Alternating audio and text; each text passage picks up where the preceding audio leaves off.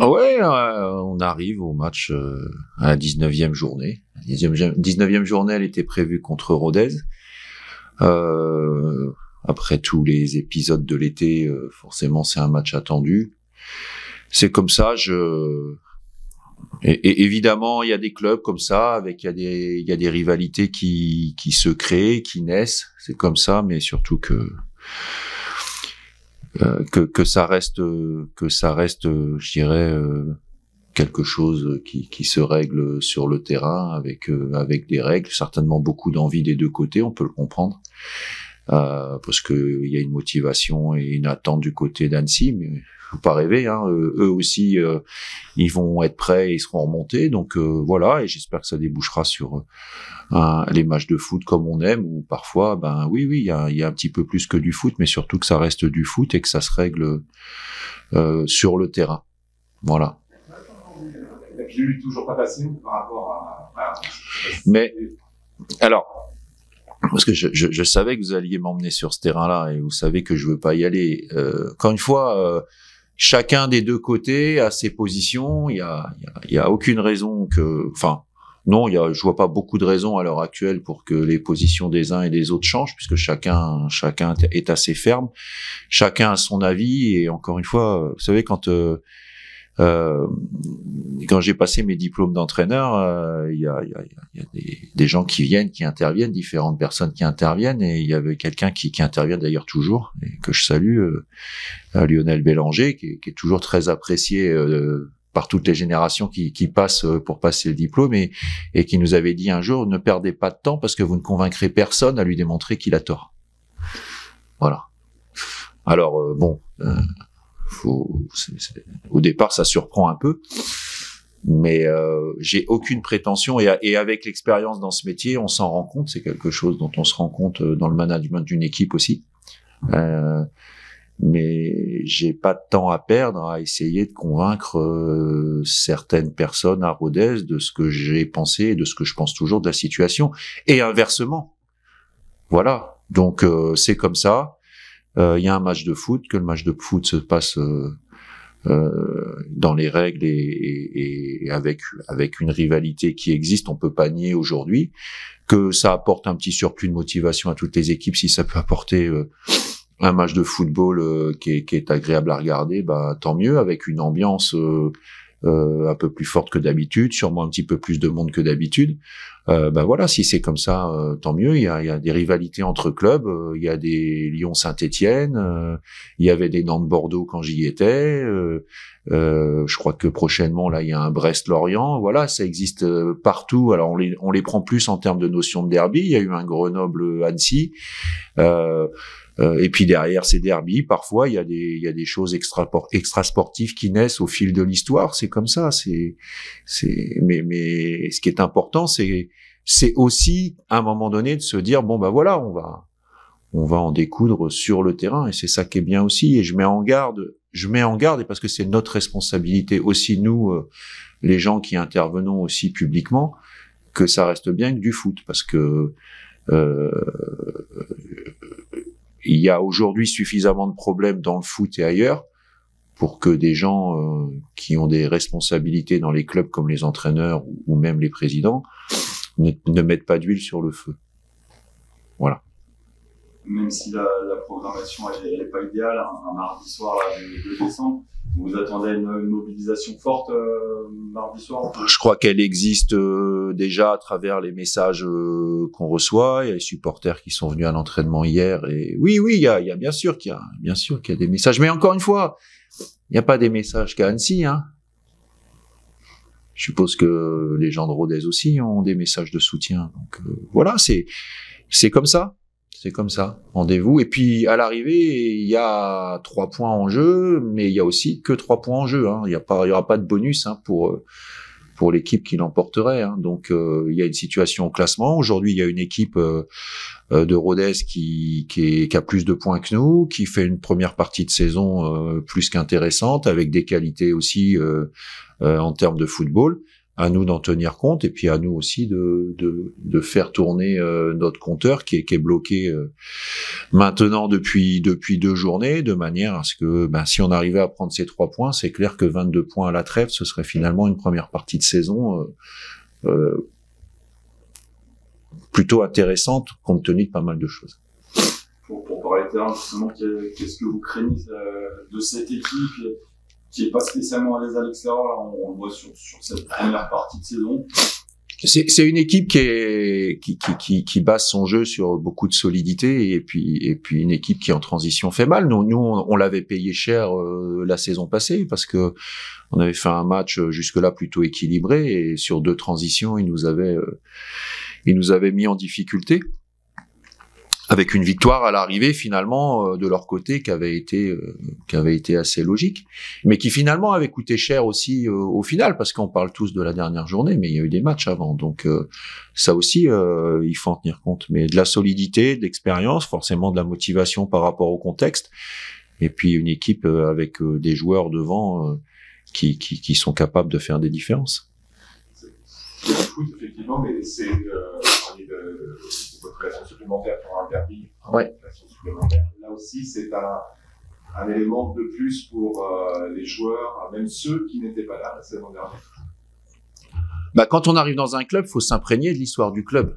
Je veux dire, aujourd'hui, quand vous arrivez à Saint-Étienne ou à Lyon, si vous jouez le derby en vous en foutant un petit peu, je pense que ça passe pas. Et ça, c'est dans tous les clubs. Donc, il y a des gens qui sont là pour leur rappeler. Et puis vous savez, quand on est pris dans une atmosphère, une ambiance, c'est aussi comme ça, même si vous n'êtes pas forcément sensibilisé parce que vous n'étiez pas là à des éléments qui ont pu se passer.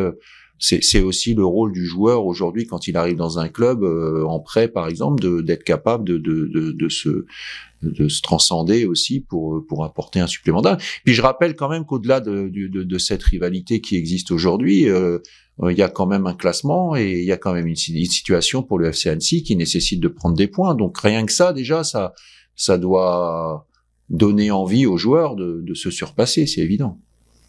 Comment le groupe a accueilli la venue des supporters justement hier matin, cette marque un petit peu de soutien aussi Plutôt bien, c'était très bien, ça permet d'échanger, de se voir. Ce qui était intéressant aussi, c'est que ils avaient quand même en tête le match qu'on avait pu faire contre Grenoble malgré la défaite, et ils ont vu une équipe qui a tout donné. Et ça, c'est important, même quand on perd, à un moment donné, de donner le sentiment à ses supporters qui sont légitimement déçus que on a tout donné. Parce que là, c'était véritablement un derby, parce que la proximité entre Grenoble et Annecy, vous la connaissez mieux que moi. Donc voilà.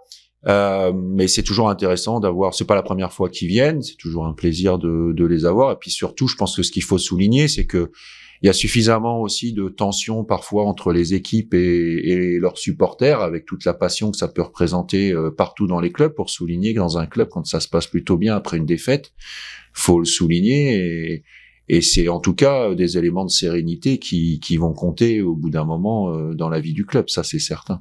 Et c'est important aussi de souligner et que ça puisse se faire dans un climat apaisé, serein.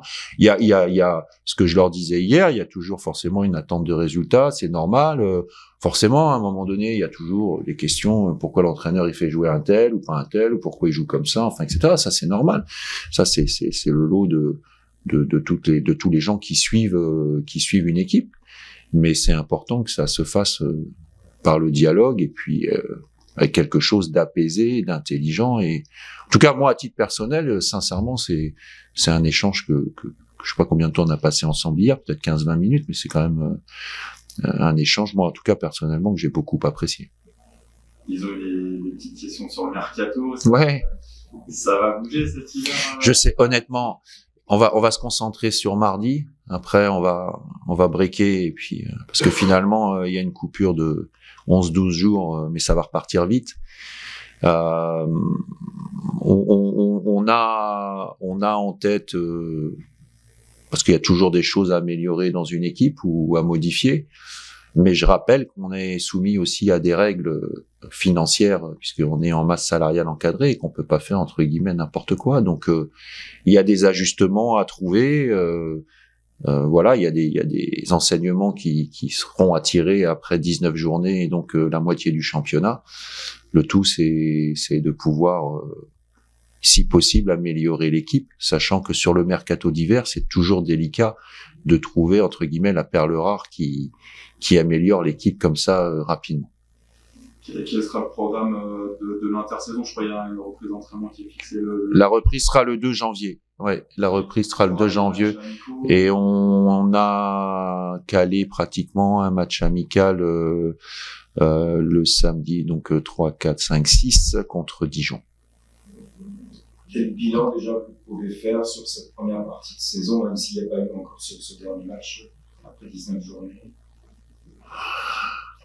Écoutez, il y a encore 2 matchs avant nos 2 dernières défaites. Je vous aurais dit que c'était un bilan plutôt favorable. Là, je trouve que c'est vrai qu'il y a une urgence de points, un besoin important de points.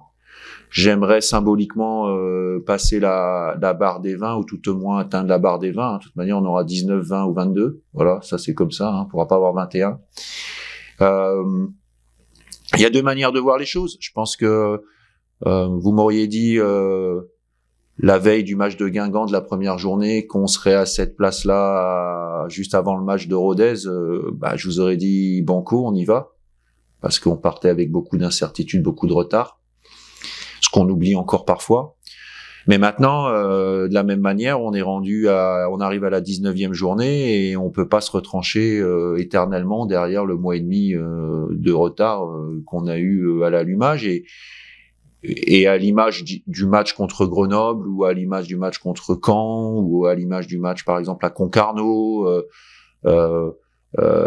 contre le PFC chez nous, on a mené 2-0. Je pense que si on avait 2-3 points de plus, ce serait pas immérité, mais on les a pas. Et je pense que c'est surtout là-dessus, c'est surtout sur comment on aurait pu notamment conserver des résultats plus régulièrement, ce qui nous aura amené quelques points. Et là, à ce moment-là, je vous dirais dès maintenant, avant le match contre Rodez, que c'est une très bonne première partie. Maintenant, clairement, si on prend 3 points mardi, ce sera une bonne première partie de saison, parce qu'à 22 points, vous serez pas loin cette saison d'avoir pris la moitié des points. Parce que l'année dernière, 45 a failli ne pas suffire, puisque on était à 45 avec Valenciennes et c'est un goal average de Valenciennes meilleur que le nôtre qui leur a permis de passer devant nous, au-delà des aléas qu'il y a pu y avoir. Mais je rappelle qu'il y a quand même, notamment pour moi, 3 équipes du haut qui ont lâché assez vite parce qu'ils se sont rendus compte qu'ils monteraient pas directement. Or, cette année, il y a les playoffs jusqu'à la 5e place. Et je peux vous dire que là, il y a des équipes qui vont pas lâcher, vous allez pas avoir les mêmes résultats en fin de saison de certaines équipes du haut, même quand elles sont 7e, 8e, que la saison passée. Et je ne cite personne. Mais ça a compté aussi. Il y a quelques matchs, là, c'est vrai qu'elle est régulièrement ouvert le score. Oui. Et sur les 25 buts encaissés, 19 en seconde période. Oui. Oui, non, mais ça, on sait. On y travaille. Voilà, mais vous savez, toutes les équipes ont des caractéristiques, on a joué une équipe récemment, on savait que notre chance, elle était dans la première demi-heure, ça n'a pas manqué, on a mené. Je pense que tout le staff de cette équipe-là se dit comment on fait pour ne pas prendre de but dans la première demi-heure. Toutes les équipes ont des caractéristiques, c'est clair. La jeunesse de l'effectif et le manque régulier de cadres dans l'équipe pour suspension ou blessure est une des explications, clairement. Voilà, parce qu'à un moment, quand vous avez sur le terrain des joueurs qui sont capables de dire, bon, entre guillemets, pas de panique, ou plutôt que des fois d'aller déclencher le pressing qui est caractéristique de notre jeu à 5 minutes de la fin, comme si on était dans les 5 premières minutes, c'est important d'avoir sur le terrain des joueurs qui sont capables de donner des informations comme ça.